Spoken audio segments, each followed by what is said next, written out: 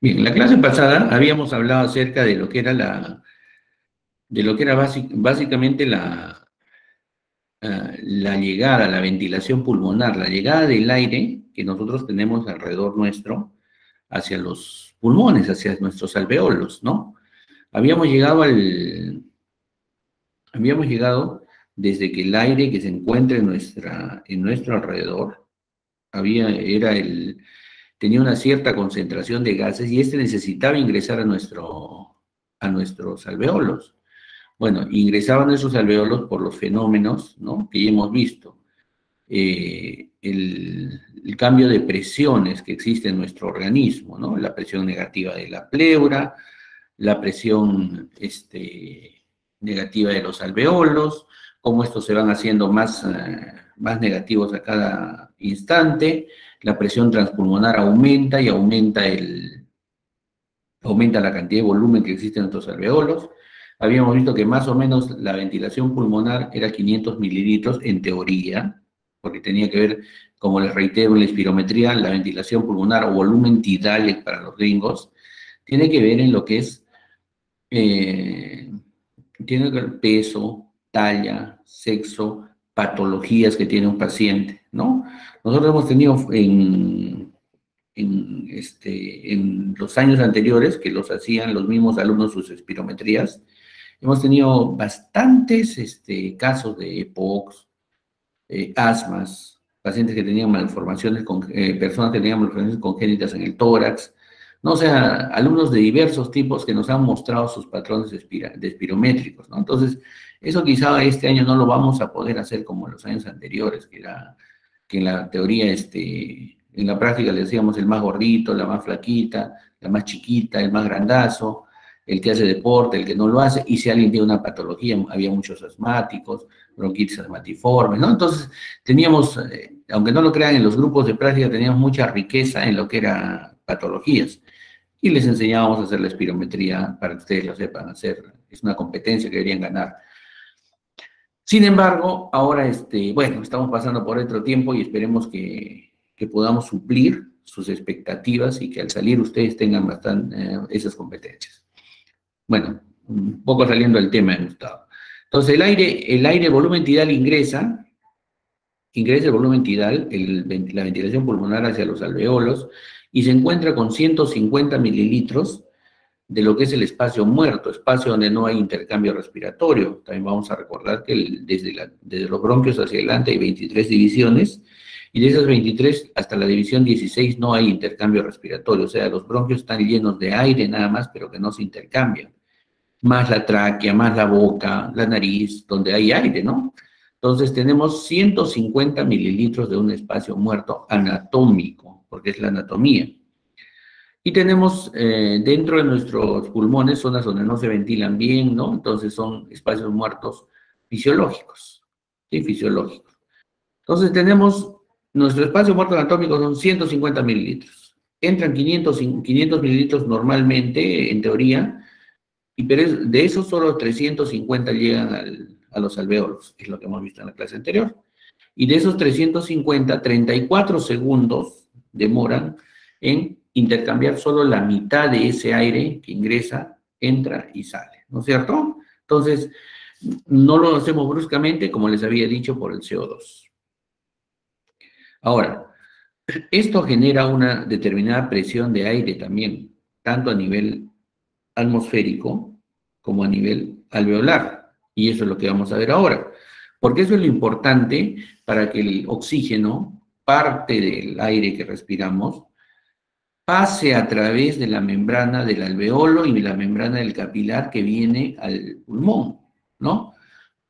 Y pasando esto, entonces, nuestro alveolo se une, nuestro oxígeno se une, moléculas de oxígeno se unen a la hemoglobina, que hemos visto en fisiología de la sangre, se une y es transportada hacia las células y hace la respiración interna, que es lo que hemos visto también en la clase pasada. Entonces, hoy vamos a hacer esa forma, esa manera en que llegue el aire desde la atmósfera hasta los alveolos y va a ingresar a través de estas membranas hacia la sangre, hasta nuestra hemoglobina, hasta nuestro grupo hemo, ¿no? vamos a ver cómo va a ingresar, cómo hace su fenómeno de intercambio, ¿no? Entonces, todos estos gases que tenemos aquí en la atmósfera son un grupo de gases, no son uno, no son dos, son un grupo de gases, ¿no? Que están moviéndose libremente. Entonces, estos, al moverse libremente, chocan sus moléculas, unos con otros, y eso le da una energía cinética. Y esa energía cinética va a hacer que comiencen a movilizarse. El doctor Cruz seguro les ha enseñado esto en biofísica, ¿no? Entonces, cuando estas moléculas, estos gases, van a querer ingresar, entonces van a comenzar a difundir, a través de las membranas, van a comenzar a difundir, es decir, van a meterse a la membrana y van a querer pasar de un lado al otro de la membrana, difusión. Entonces nosotros tenemos que los gases tienen un determinado volumen, tienen una determinada temperatura y generan una presión, ¿no? Entonces, nuestros gases aquí en la atmósfera están a una determinada temperatura, tienen un determinado volumen que está ingresando a nuestro aparato respiratorio y generan una presión. Esta presión, esta mezcla de gases, genera a nivel del mar, por eso es la imagen del nivel del mar exactamente, en la orilla del mar, genera una presión de 760 milímetros de mercurio.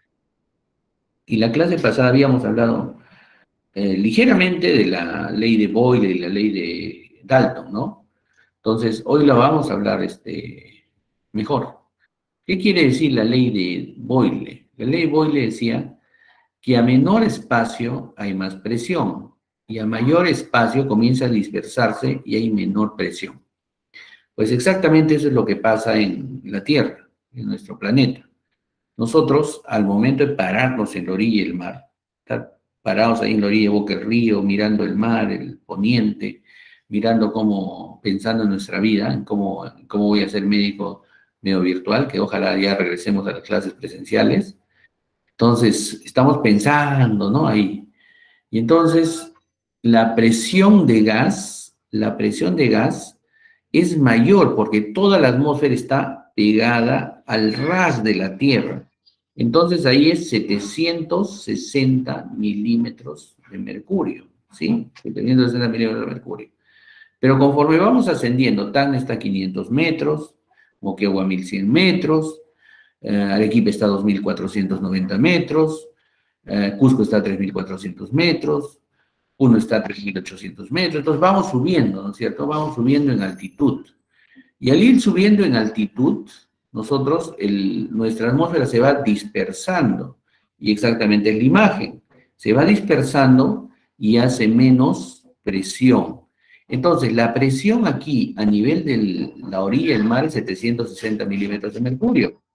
Pero cuando nosotros vamos ascendiendo y se hace más alto, va comenzando a hacer menos presión de gases, menos presión atmosférica. No estoy diciendo que haya menos oxígeno, y eso es una cosa que ustedes tienen que llevarse bien metida en su cabecita el día de hoy. No hay menor cantidad de oxígeno. La concentración continúa siendo la misma, o sea, siguen siendo los mismos porcentajes de gases. Lo que baja es la presión atmosférica porque se dispersan, hacen un poco más dispersos estos gases. Y la ley de Dalton, está un poquito oscuro, disculpen, la ley de Dalton nos dice que estos gases, tanto a nivel del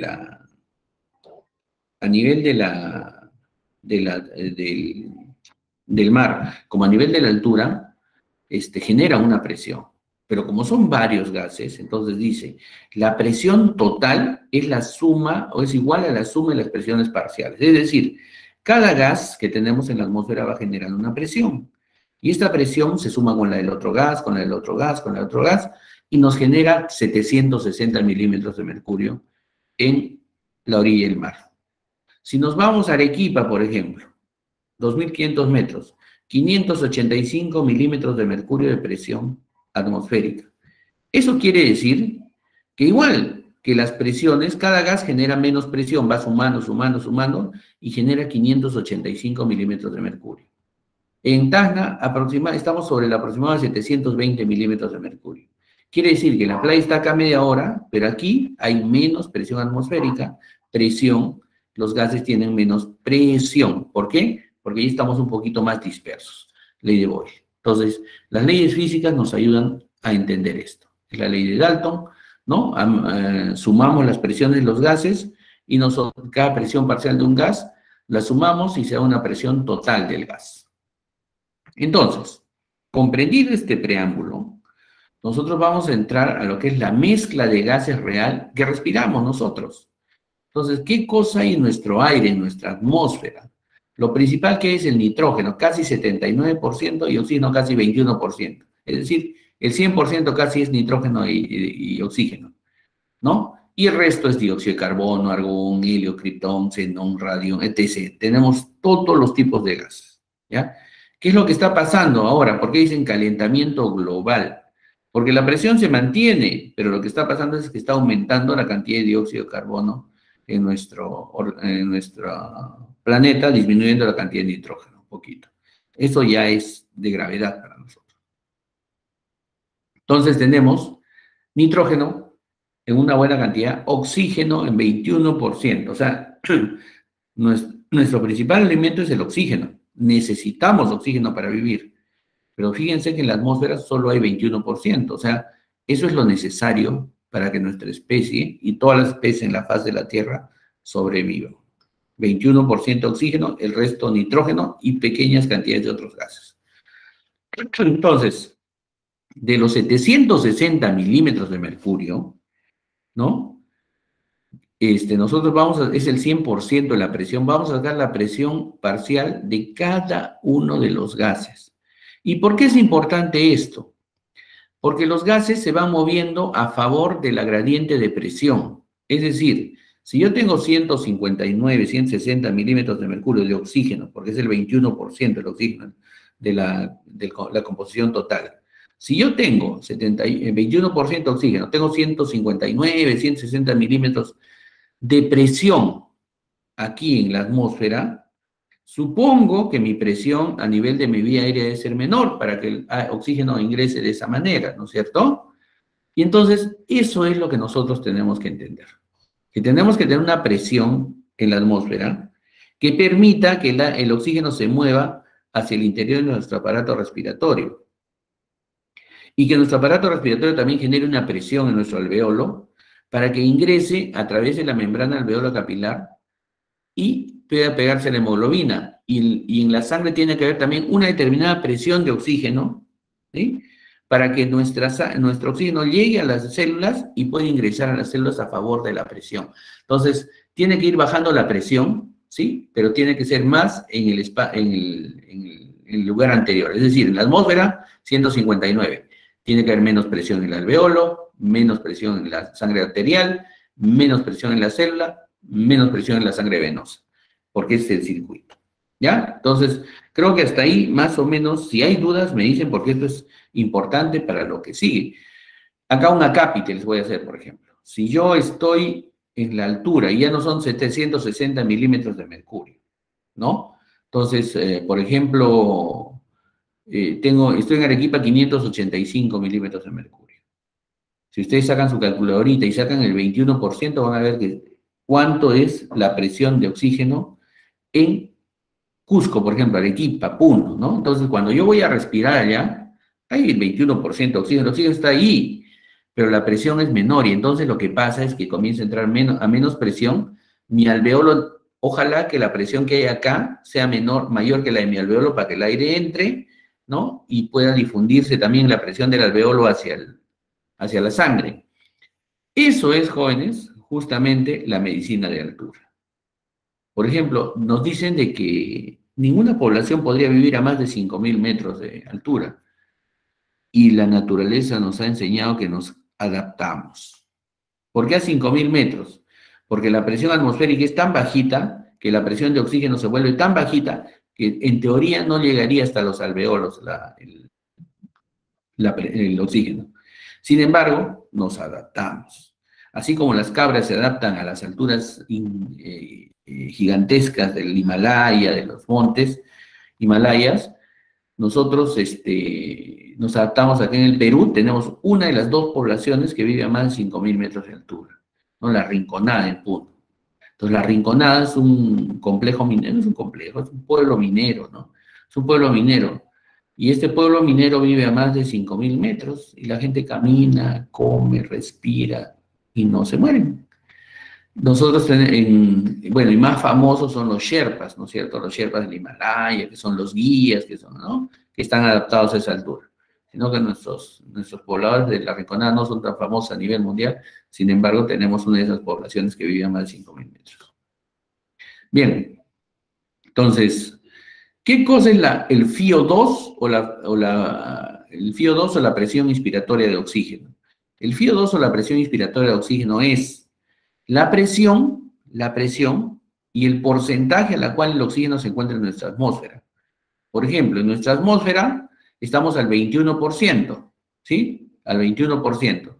Es decir, tenemos 159 milímetros de mercurio de inspiración, ¿ya? FiO2, el 21%.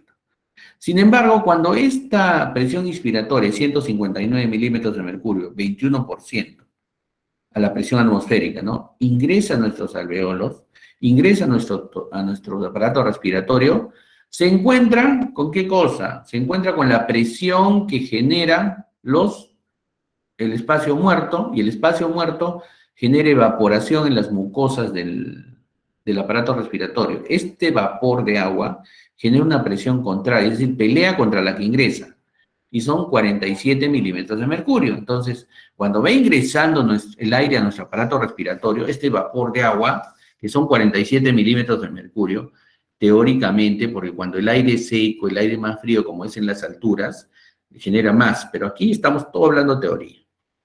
Estos 760 milímetros de mercurio van a producir los 47 milímetros en contra, ¿no es cierto? Y van a producir los 700, van a producir que solamente ingrese hasta los alveolos una presión de 713 milímetros de mercurio. Espero que esté comprendida la idea. ¿Ya? Entonces, nuevamente, y el gas alveolar cambia entonces, el gas alveolar también cambia su concentración, ya no es 21%, el nitrógeno baja, existe menos cantidad de oxígeno, más cantidad de CO2 y más cantidad de agua. ¿Qué es lo que está pasando entonces cuando llegue el aire al alveolo? Cuando llegue el aire al alveolo, lo que sucede es de que el oxígeno se va intercambiando rápidamente, ¿no? Ahí lo ven un alveolo, como hemos visto en la clase pasada, con un entramado de capilares. Estos capilares son venosos y son oxigenados o arteriales, ¿no es cierto? Sangre arterial. Entonces, el oxígeno va pasando constantemente del alveolo hacia los vasitos arteriales, ¿sí? Y de los vasitos venosos va recibiendo constantemente CO2. Entonces, más la presión que está menor de 713, ya que va llegando a los alveolos, todo es un mundo diferente el alveolo, ¿ya? Entonces, ¿qué es lo que pasa en el alveolo? Que cambia, pues, cambia la concentración de oxígeno, cambia la presión de oxígeno. ¿Por qué cambia? Porque tengo 713 milímetros de mercurio de presión, el porcentaje de oxígeno solo es 13.5%, ya no 21% como en el exterior, ¿no es cierto? Entonces, va cambiando mi presión de oxígeno en el alveolo por este motivo. Y ya no es 159, ¿no? 159 milímetros, que es lo que vamos a ver, sino más o menos aproximadamente 104 milímetros de mercurio. Entre 100 y 104 milímetros de mercurio. Entonces, si yo tengo más presión acá y menos presión de oxígeno en el alveolo, lógicamente el aire va a ingresar, el oxígeno va a ingresar de la atmósfera a mi alveolo, porque a pesar de todos los cambios que estamos observando, hay diferencia de presión, ¿no? 159 a 104, ¿sí? Hay una diferencia de 55 milímetros de mercurio. Ingresa el oxígeno hacia el alveolo. Ahora, el cambio viene del alveolo hacia el torrente sanguíneo, hacia la sangre, hacia la hemoglobina. O sea, en la sangre el oxígeno también genera una presión. ¿Y cómo saco yo esa presión de oxígeno de la sangre? Pues le hago una pinchadita al paciente en la arteria radial, humeral, cubital, femoral. Le hago una pinchadita y saco una muestra sanguínea arterial y la llevo de inmediato a mi laboratorio y saco una muestra. De ahí saco una muestra. Y sacando esa muestra, entonces yo puedo saber cuánto de presión de oxígeno tiene mi sangre. Lo ideal es que del alveolo al torrente sanguíneo no debe haber una presión más de 15 milímetros de mercurio. Está entre 5 y 15 para que pueda pasar el oxígeno a la sangre arterial. Eso se llama diferencia alveolo capilar. Tiene que haber una diferencia entre 5 y 15 milímetros de mercurio. Entonces, si hay 104 en el alveolo, tiene que haber presión de oxígeno en la sangre arterial, debe haber de 99, 100%, ¿no? Eso es lo ideal. No debería haber nunca menos de 80 de presión de oxígeno en la sangre. ¿Ya? Entonces, estamos más o menos, ¿no es cierto? Entonces, ahora vamos a jugar a ser médicos. Y si en la sangre arterial, que debería ser 99, 100, me baja a 75, ¿cómo aumento la presión de oxígeno en la sangre?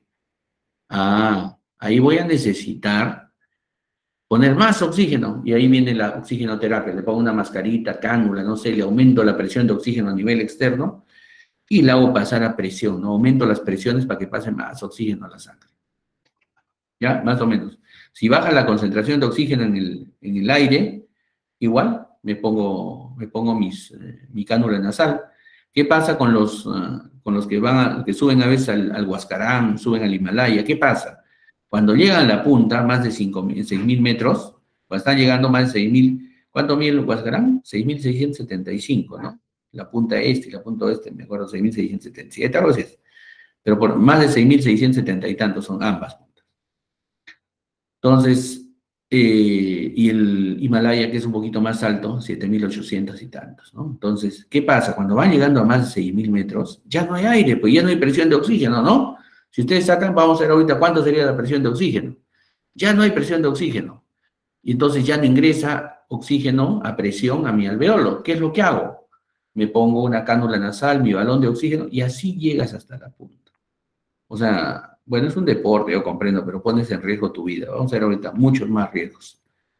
Entonces, la presión parcial de oxígeno ya creo que está entendida ya de lo que hemos hablado, ¿no? Presión parcial de oxígeno del nitrógeno, presión parcial de oxígeno, presión parcial del oxígeno en la atmósfera, ¿no? 750 por el porcentaje, 21%, o sea, 0.21 sería, ¿no? 159 milímetros de mercurio para redondear, ¿ya? Presión parcial de oxígeno. Es la presión inspiratoria. ¿Y a qué FiO2? ¿A qué fracción? Al 21%, porque el FiO2, la fracción inspiratoria es 21%.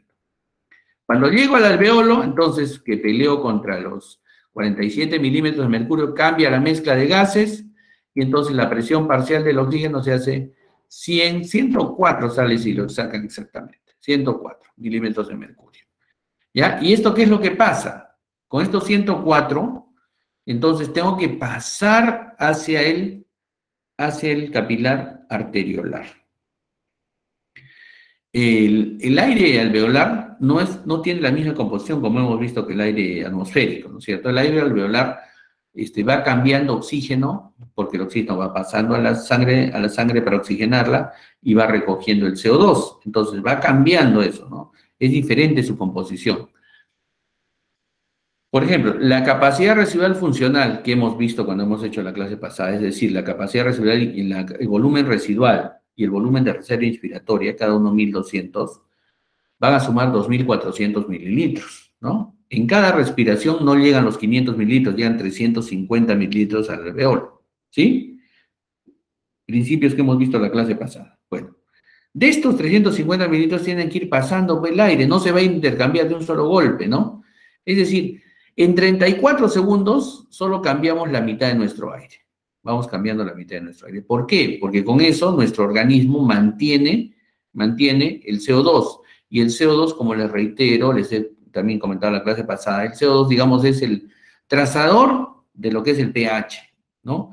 Porque el CO2 en su ecuación que ya han visto en química, ya han visto en biofísica, H2O más CO2 por la anhidrasa carbónica se vuelven ácido carbónico y un hidrogenión libre. Y este hidrogenión libre, ion bicarbonato y ion hidrogenión. Y este ion hidrogenión libre es el que nos produce el pH tisular. ¿cierto? Entonces, si yo aumento mis hidrogeniones, disminuyo mi pH. Si bajo mis hidrogeniones, aumento mi pH, ¿no? La ecuación es inversamente proporcional. Bien, entonces, no puedo cambiar mi CO2 tan bruscamente porque alteraría mi pH, ¿sí?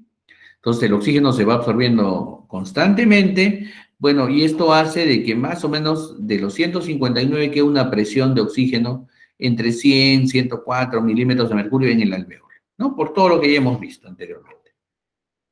El CO2, como les decía, tiene una constante difusión desde las células de la sangre venosa y la sangre venosa hacia el alveolo. Lo que hace que más o menos, el CO2 alveolar sea 40 milímetros de mercurio. El CO2 alveolar sea 40 milímetros de mercurio. Recordemos estos dos valores, porque en la siguiente clase vamos a hablar de cómo se transporta el oxígeno y el CO2 a través de la sangre, ¿ya? Y al transportarse el CO2 y el oxígeno a través de la sangre, entonces vamos a darnos cuenta de que estas presiones juegan mucha importancia para la eliminación y para la absorción de oxígeno y eliminación de CO2, ¿ya? Entonces, 40 milímetros más o menos en el CO2. ¿Por qué? Porque hay un intercambio rápido, digamos, ¿no? Del CO2. Entonces, al aumentar la altitud del mar, disminuye la presión barométrica. Debajo del mar, aumenta la presión barométrica, es decir, aumenta, ya no son 360, 760, cada 5 metros vas haciendo una atmósfera mayor, duplicas tu atmósfera, es decir, ya no son 760, son 1520 milímetros de mercurio, ¿no? Y a 3 atmósferas van haciendo los 2000 y tantos milímetros de mercurio de presión. Esto hace que cuando tú vas ingresando, tu cuerpo se va comprimiendo, ¿no? O sea, por eso han visto que los peces del fondo del mar son planos, ¿no? Han visto el pez de los temblores, ese pez de los temblores que le llaman, no sé si ustedes han visto la noticia. Es un pez largo, plano, completamente plano, que dicen que sí, que hay movimiento en el fondo del mar y por eso el pez sale hacia la superficie. Bueno, los peces del fondo del mar son planos, totalmente planos, ¿ya? Entonces, esto hace que la presión de nuestro cuerpo cuando estás debajo del mar se comprima y al ir subiendo se va descomprimiendo. Entonces hay otro fenómeno que se llama medicina la medicina barométrica, las cámaras bariátricas y todo eso de presión. Lo que hacen es de que el cuerpo al ir subiendo se descomprime y no se puede descomprimir muy rápido, porque si tu cuerpo, tú estás buceando a 5 metros y subes rápidamente, entonces, ¿qué es lo que va a pasar? Tu cuerpo se va a estirar rápidamente. Y al estirarse rápidamente, tu sangre va a hacer turbulencias. ¿Se acuerdan del número de Reynolds y todo ese cuento que hemos visto, ¿no es cierto? Y al hacer turbulencias va a generar burbujas de aire. Y esto puede producir un embolismo aéreo y la muerte del paciente rápidamente. Eso es lo que pasa. O, por ejemplo, hay gente que hace delirio. Ya no hace el embolismo aéreo, pero hace delirio.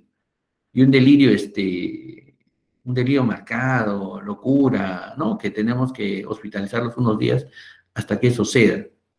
Eso pasa cuando muy rápido subes. Entonces, todo lo que hacen buceo, saben que el ascenso es lento, ¿no? Es lento para permitir una descompresión, ¿no? Vas subiendo unos 5 metros, te paras. Vas subiendo unos 5 metros, tu cuerpo se va adaptando, va subiendo y así. Eso es ya una norma de submarinismo.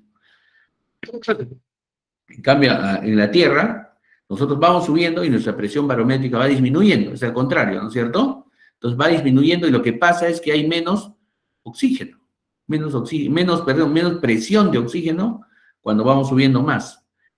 ¿Ya? A nivel del mar, 700. Por ejemplo, en Bogotá, 2.800 metros, Bogotá, más o menos, entre Arequipa y Cusco, más o menos. ¿Ya? 2.800 metros, 3.000 metros casi. 560 milímetros de mercurio. México es como Arequipa, 585 milímetros de mercurio. ¿Ya? Entonces, Bogotá es como a los, más o menos, casi como Cusco, digamos. ¿Ya? 560 milímetros de mercurio. Entonces, aquí, más o menos la presión la presión que llega al alveolar de aire es 513 milímetros de mercurio. Si ustedes le sacan a esos 513, a ver, sáquenle ustedes con su calculadora, el 13.6%, o sea, por 0.136 multipliquen, a ver, 513. Yo también lo voy a multiplicar, ¿ya? 513 por 0.136.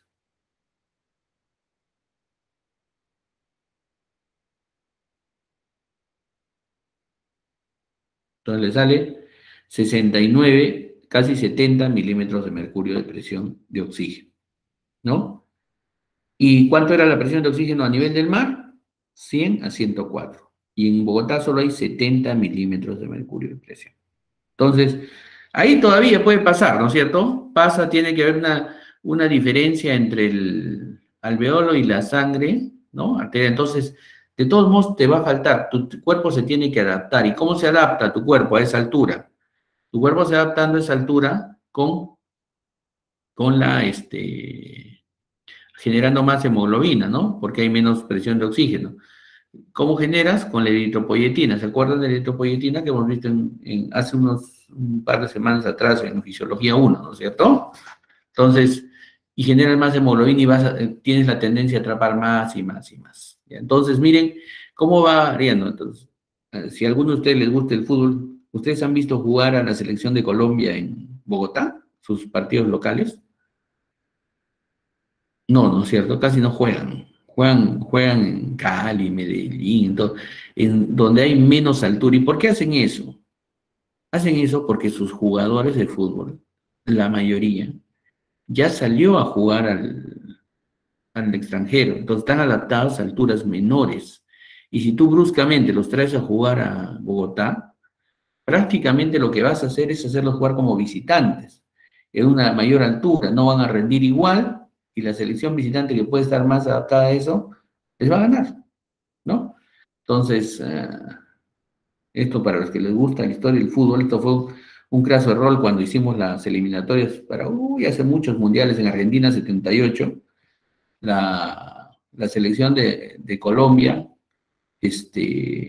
jugó ahí en el Campín de Bogotá, ¿no? Pero a esa altura, con sus jugadores que venían de otros sitios. Y vino el Perú y le ganó. Ahí le ganó. Creo que es de los últimos triunfos que ha tenido el Perú con Colombia ya. Y le ganó. ¿No? ¿Por qué? Porque venía más adaptado a la altura. Sus jugadores. Bien. Entonces, eso es lo que van ustedes más o menos aprendiendo, ¿ya? Entonces, vamos bajando la presión de oxígeno en el alveolo a la altura y el pasaje hacia la sangre se hace mucho más difícil, ¿no? Entonces, ¿ves? Bogotá, por ejemplo, la presión de oxígeno en la atmósfera es 117 milímetros de mercurio. En Lima 159, 160 porque está al nivel del mar. Los Andes, en Colombia, que es más o menos como nuestra Rinconada, tiene 80 milímetros de mercurio en el aire atmosférico. ¿Se dan cuenta cuánto tendrá en el alveolo? En el Everest, 52 milímetros de mercurio de oxígeno al aire atmosférico. Entonces, es prácticamente imposible respirar ahí. Por eso dicen que no puede haber poblaciones viviendo a más allá de 5.000 metros. Sin embargo, ahí tienen en Colombia, tienen en Perú, tienen en Nepal con los Sherpas. Entonces tenemos poblaciones que se han adaptado a esas alturas. Bien. Entonces el aire alveolar solo se va sustituyendo parcialmente, como ya hemos dicho, solo se cambia la mitad en 34 segundos, el dióxido de carbono va difundiéndose y va aumentando la presión de dióxido de carbono en el alveolo hasta 40 mililitros de mercurio, ¿sí? Y bueno, el aire atmosférico se humedece y genera una presión de resistencia. Y entonces ahí ya tenemos presión atmosférica, presión alveolar, por FiO2, o sea, fracción de oxígeno en atmosférico, fracción de oxígeno a nivel alveolar. Creo que ahí está clarísimo. Entonces lo que necesitamos es una gradiente de presión para que ingrese desde la atmósfera hasta las células, hasta la mitocondria, para que haga su ciclo de Krebs, ¿no es cierto? Entonces, el aire alveolar expirado cambia totalmente, pues, ¿no? El aire alveolar expirado cambia totalmente sus concentraciones, ¿no? Totalmente cambia sus concentraciones a nivel del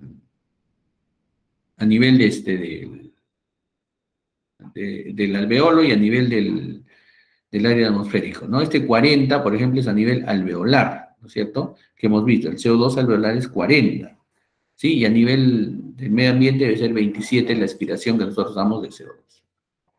Entonces, para que nosotros podamos inspirar el oxígeno, va ingresando de 160, ¿no? Más 159, 160, hacia el alveolo, que está a 100, 104, hasta la sangre arterial, que debe estar entre 95, 100. y de ahí vamos viendo que va bajando hasta la sangre venosa, que es 40, es decir, después de haber dejado toda esta pendiente que ustedes ven acá, esta bajadita, es lo que nosotros vamos dejando el oxígeno en las células, ¿no? Va consumiendo ese oxígeno. Cuando vayamos viendo más adelante, entonces van a ver ustedes que cada órgano de nosotros, nuestro organismo, cada órgano, va consumiendo una cantidad de mililitros de oxígeno más o menos adecuada para su supervivencia. Entonces, de los 95, 100 que tiene la sangre arteriolar, va consumiéndose en las células todo el oxígeno y se va hacia la sangre venosa. Y esta sangre venosa, que va a ir al pulmón a oxigenarse de nuevo, tampoco es que no tenga oxígeno. Tiene una amortiguación de oxígeno de 40 milímetros de mercurio. Por eso, por ejemplo, si nosotros le decimos al internito, segundo día de internado, llega al hospital y le ponemos, ya sácate un AGA, gases en sangre, saque el gas en sangre y nos le ya, todavía saque ya. Y un paciente que está despierto le encuentras 40 milímetros de mercurio de oxígeno, 40 milímetros de oxígeno en la sangre que sacó el interno. Ya sabes que no es arterial, porque pinchó una venita, ¿no? Porque ahí está clarito cómo vamos consumiendo el oxígeno. Entonces, ya, y este oxígeno va pasando, pues va pasando, y ahora vamos a la segunda parte de la clase. Entonces ya llegamos al alveolo, ya saben el cambio de presiones, ya saben las presiones, y entonces, ¿cómo se difunde esto? Tiene que difundirse las moléculas de oxígeno del alveolo hacia los capilares. Se difunden a través de la membrana alveolo capilar y se difunden gracias a que hay un intercambio de presión, de un sitio de mayor presión a un sitio de mayor presión. Eso se llama una gradiente o diferencia de presiones. ¿Ya? Entonces, y lo hacemos con una fórmula, la fórmula de la difusión, la de Fick. ¿Ya? Entonces, que tiene 4 parámetros. Primero, el área expuesta. Y eso lo hemos visto en la clase pasada. ¿Qué es el área expuesta? El área expuesta quiere decir que los alveolos deben estar indemnes, deben tener su conformación anatómica perfecta, ¿no? Hemos visto que hay muchos septos alveolares, ¿no? Que aumentan la superficie de intercambio, pero a veces por alguna patología que le llamamos enfisema, se rompen estos alveolos, ¿no? Se debilitan y se rompen estas paredes entre los alveolos y forman una gran burbuja. ¿Correcto? Tengo un alveolazo grande, dice. Sí, pero ya no tienes ese aumento, esos pliegues que aumentan la superficie de eso en el enfisema. Por ejemplo, un paciente que tiene un tumor en el pulmón, de cualquier etiología, un parásito como el quiste hiatídico, tuberculosis, le sacamos medio pulmón. Entonces, el área va a disminuir. Le sacamos un pulmón, el área va a disminuir mucho más. ¿Ya? Entonces, el área expuesta tiene que ver mucho con la cantidad de oxígeno que se va a transferir. La difusión del gas quiere decir que cada gas tiene un coeficiente, difunde más fácilmente que otro gas. Y en este caso, por ejemplo, el CO2 difunde 20 veces, 24 veces más que el oxígeno. El CO2 pasa como en su casa en la membrana alveolo capilar, entra y sale, recontra liposoluble. El oxígeno le cuesta un poco más, 20 veces menos posibilidad de transferencia. El tercero es gradiente de presiones parciales, es decir, esto es lo que estamos hablando toda la primera parte de la clase. Es decir, tiene que haber una gradiente, una diferencial de presión para que pase el oxígeno a través de la membrana alveolo capilar hacia la sangre arteriolar, si no, no va a pasar. Entonces, eso es lo que pasa en la altura. En la altura vamos perdiendo presión y en el alveolo hay menos presión que en la sangre arteriolar, que siempre se mantiene en 95, 100. Entonces, cuando hay menos presión acá, se hace imposible el pasaje y comenzamos a entrar en hipoxia. ¿Ya? Y nos viene el mal de altura, tenemos un tema ahí que revisar, el edema pulmonar de altura y todo ese cuento. Finalmente, inversamente proporcional a la difusión al flujo transmembrana, ley de Fick, es el espesor de la membrana. El espesor de la membrana es a menos espesor o a su espesor normal, pasa fácil, pero cuando aumente el espesor de la membrana, comienza a hacerse más dificultoso, es inversamente proporcional. Entonces, la difusión va a depender, primero, de que la membrana capilar esté permeable. la membrana alveolo capilar, no que son solo capilares, alveolo capilar esté permeable. ¿Cuándo no está permeable la membrana alveolo capilar? ¿Cuándo se engruesa? Por ejemplo, cuando haces fibrosis pulmonar, cuando haces edema de pulmón, cuando hay una neumonía y se llena de agua tus alveolos. Entonces la membrana alveolo capilar se hace más larga, más grande, y ya no hay fuerza para que pase el oxígeno de un lado al otro. ¿Ya? ¿Por qué, por ejemplo, a un paciente con neumonía le ponemos oxígeno? ¿Por qué, por ejemplo, a los pacientes con COVID le ponemos oxígeno? Tan necesario es el oxígeno en las primeras 2 horas. Y nos hemos quedado sin oxígeno, ¿no? Todos se ponían oxígeno. Porque el COVID, como es un fenómeno inflamatorio, inflama la membrana alveolo capilar, entonces la hace más larga la distancia, que debe ser 0.5 micrómetros, hemos visto eso, ¿no? Entonces, como la hace más larga, el oxígeno ya no llega al otro lado, no llega del alveolo, ya no llega al capilar. ¿Cómo lo hago? Entonces, tengo que aumentar la presión en el alveolo. ¿Y cómo aumento la presión? Le pongo oxígeno. Aumento la presión y permito que pase. Pero esos flujos de 15 litros, 20 litros, 30 litros, son flujos impensados. Jamás antes pensábamos haber trabajado tanto paciente de ese tipo. Bien, entonces más o menos que la membrana capilar es inversamente proporcional. Más gruesa pasa menos gruesa pasa más, ¿ya? Las presiones parciales de oxígeno a cada lado, tiene el de todo gas. Por eso pasa el oxígeno hacia la sangre, porque tiene más presión en el lado del alveolo, menos en la sangre. Porque la sangre venosa, ¿cuánto de oxígeno tenía? 40, ¿no es cierto? ¿Y cuánto de oxígeno tenía el alveolo? 100, 104. 60 milímetros de diferencia, entonces tenía que pasar. ¿Se acuerdan que dijimos que del aire al alveolo había 55 milímetros de diferencia? Ahora el alveolo hacia la sangre más o menos es 40 milímetros de mercurio. Pero si me voy a Bogotá y acabo de ver que hay 70, pero 70 con 40 todavía hay 30 milímetros de mercurio de diferencia, entonces todavía pasa. Pasa menos, pero pasa. Entonces, ¿por qué? Porque hemos dicho que siempre tiene que haber una diferencia no más de 15 milímetros de mercurio, no menos de 15 milímetros de mercurio, entre el alveolo y la sangre venosa, y la sangre arteriolar. ¿Ya? Entonces, más o menos por ahí estamos yendo.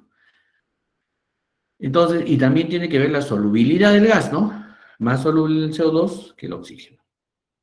Esta es la famosa membrana alveolo capilar, la barrera alveolo capilar, desde el alveolo, la membrana alveolar, tiene que pasar la molécula de oxígeno a través de la membrana capilar, de la membrana del alveolo, a través del espacio intersticial, la membrana del capilar, y llegar hasta el eritrocito y a su hemoglobina. Entonces, esto se hace en base a presión, como les decía, ¿no? Entonces, pero yo no voy a tomar como parámetro en el lado de la sangre, no voy a tomar como parámetro la sangre arterial, porque la sangre arterial tiene 100 milímetros de mercurio, más o menos, ¿no? 96, 97, 100 ya. Pero la sangre venosa que es la que tiene que oxigenarse, tiene 40 milímetros de mercurio. Entonces al alveolo llega una presión de 100. Y cuando se encuentra 40 acá en la sangre, entonces le da oxígeno, le va dando oxígeno. Cuando llega a Bogotá y tiene una presión de 70 y se encuentra 40 acá, le da oxígeno. Le da oxígeno y lo oxigena.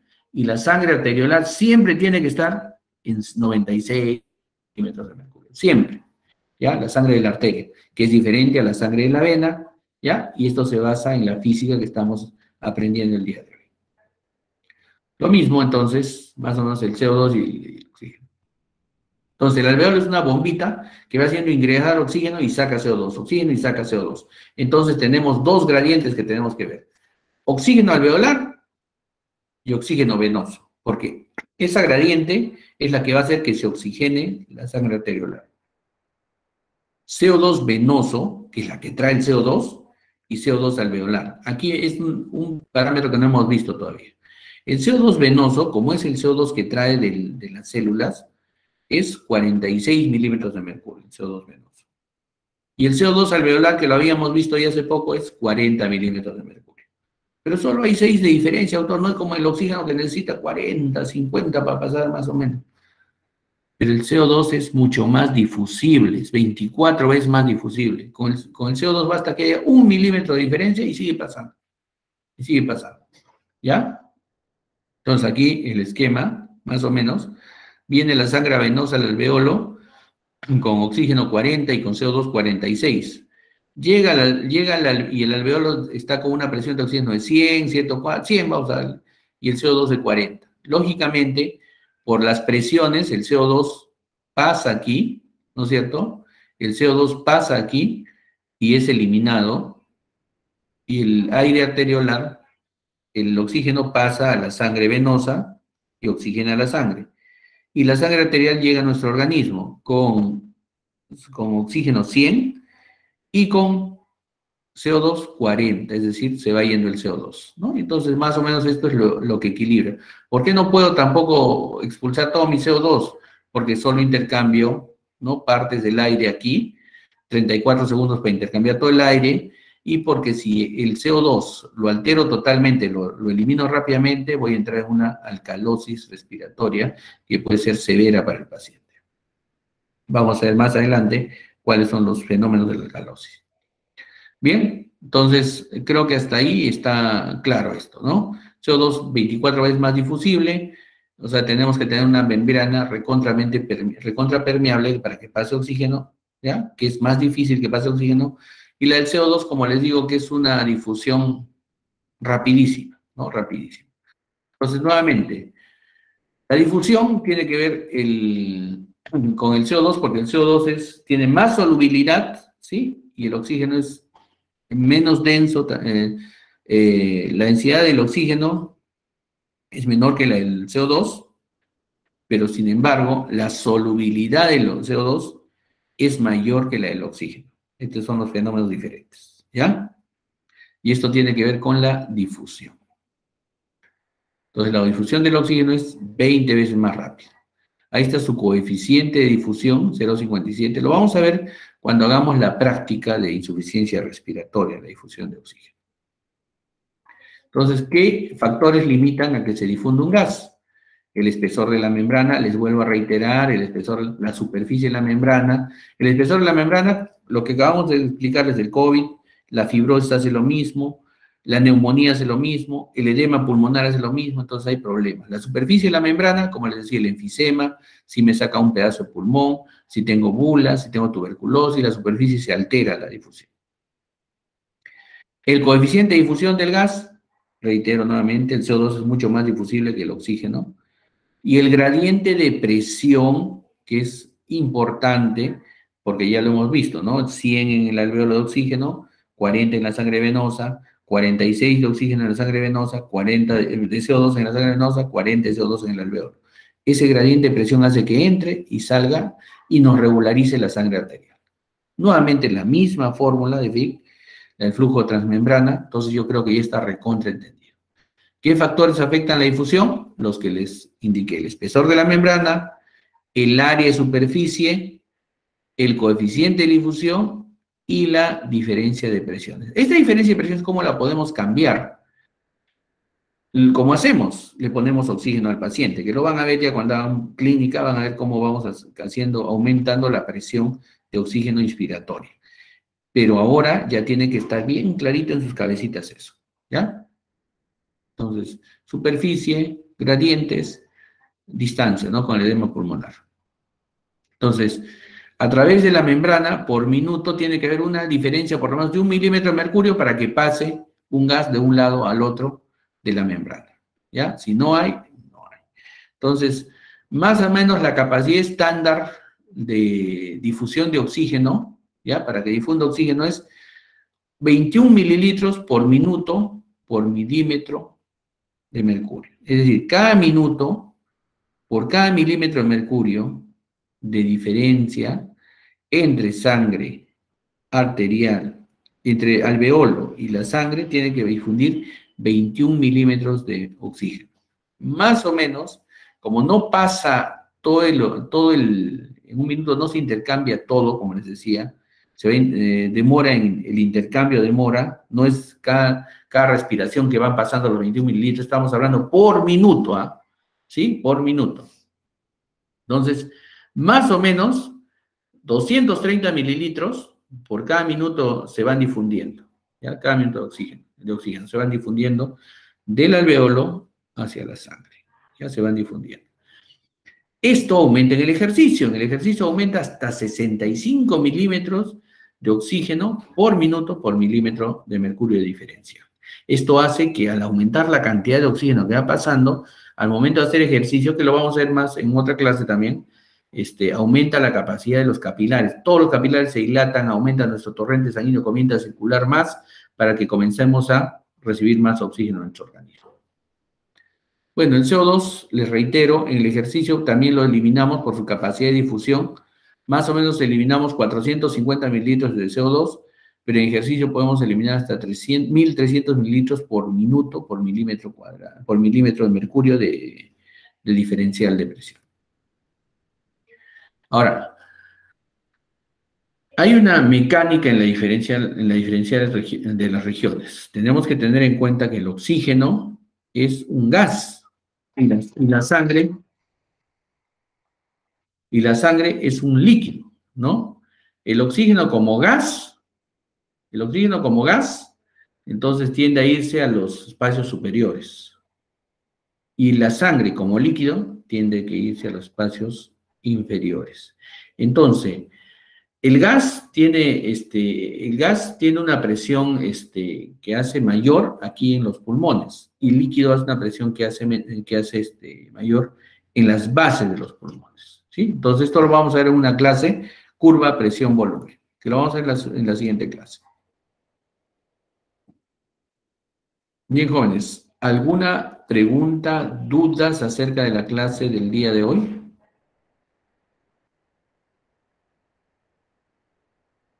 Doctor, sí, buenos días.